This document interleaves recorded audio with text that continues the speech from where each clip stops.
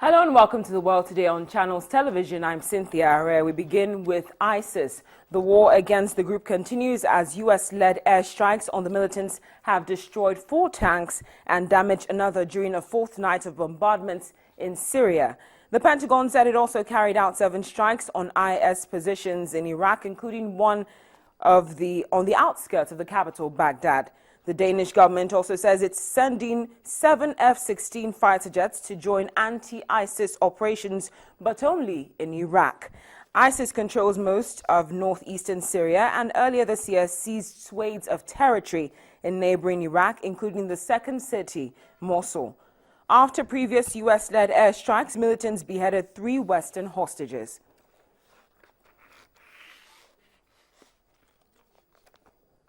Now, we're still talking about the ISIS threat. As the United States continues to secure allies, the Islamic State is also doing the same with other jihadist extremist groups. As a result, the UN Security Council has adopted a binding resolution compelling states to prevent their nationals joining jihadists in Iraq and Syria.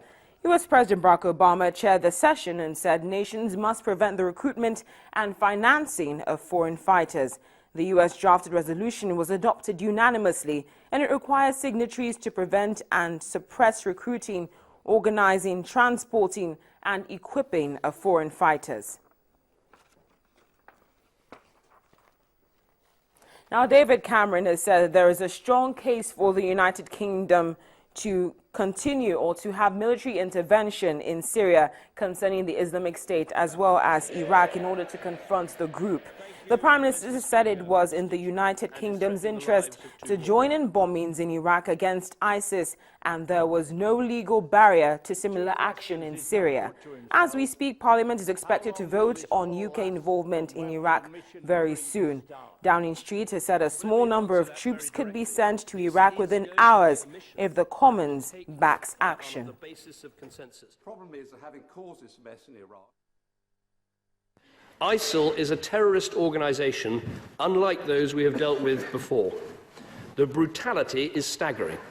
Beheadings, crucifixions, the gouging out of eyes, the use of rape as a weapon, the slaughter of children, all these things belong to the Dark Ages. But it is not just the brutality. It is backed by billions of dollars and has captured an arsenal of the most modern weapons. In the space of a few months, ISIL has taken control of territory which is greater than the size of Britain and is making millions selling oil to the Assad regime. It has already attacked Lebanon and boasts of its designs right up to the Turkish border. This is not a threat on the far side of the world. Left unchecked, we will face a terrorist caliphate on the shores of the Mediterranean and bordering a NATO member with a declared and proven determination to attack our country and our people. This is not the stuff of fantasy. It is happening in front of us, and we need to face up to it. But I believe, Mr. Speaker, it is also our duty to take part. This international operation is about protecting our people too, and protecting the streets of Britain should not be a task that we are prepared to entirely subcontract to other air forces of other countries. So it is right for us to act. ISIL needs to be destroyed in Syria as well as Iraq, and we support the action that the United States and 5 Arab states have taken in Syria, and I do believe there's a strong case for us to do more in Syria, but I did not want to bring a motion to the House today which there wasn't consensus for. I think it is better if our country can proceed on the basis of consensus. It is inevitable that the shadow of the United Kingdom's last military involvement in Iraq hangs heavy over this chamber today. But the situation we face today is very different. We are acting in response to a direct appeal from the sovereign government of Iraq to help it deal with this mortal terrorist threat. It's a threat to Iraq and a threat to Britain.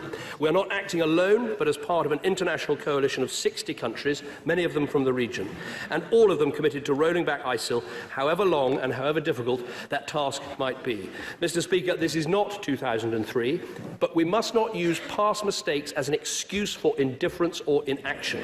We will play our part in destroying these evil extremists. We will support our Muslim friends around the world as they reclaim their religion. And once again, our inspirational armed forces will put themselves themselves in harm's way to keep our people and our country safe. I pay tribute to their extraordinary bravery and service, and I commend this motion to the House.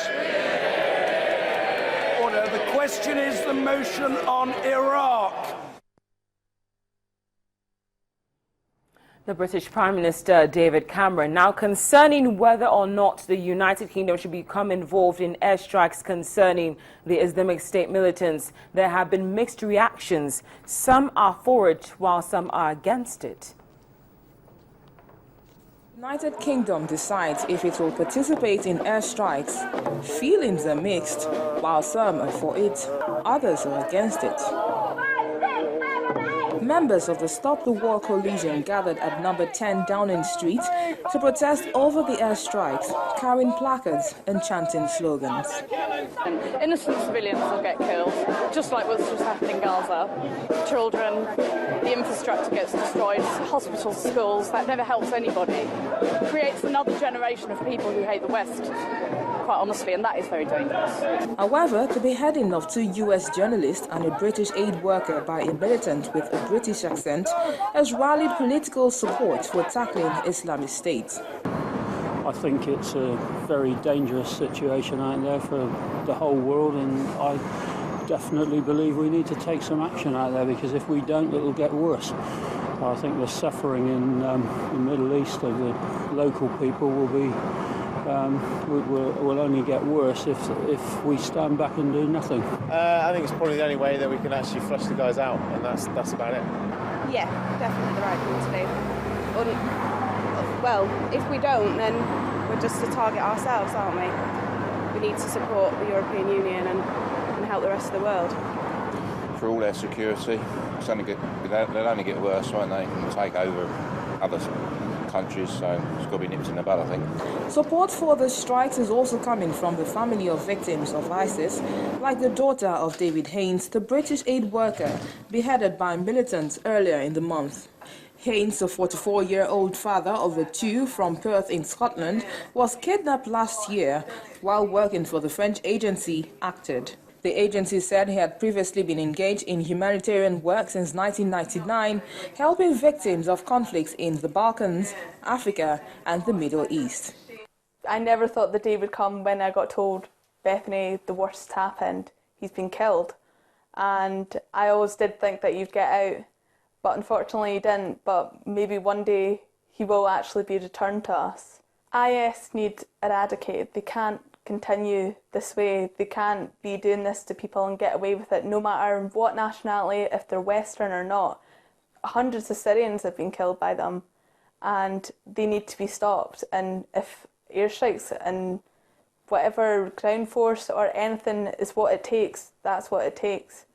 Britain says around 500 of its citizens have traveled to fight in Syria and northern Iraq, raising fears that radicalized fighters could return to stage attacks on home soil, something Cameron has described as the biggest threat to national security. To the British people, Cameron, who is up for re-election next year, has ruled out sending British ground troops to fight and made clear that its involvement was conditional on the Iraqi government asking for help, which it did on Wednesday, September the 25th. The approach seems to have won over skeptical lawmakers in Cameron's Conservative Party,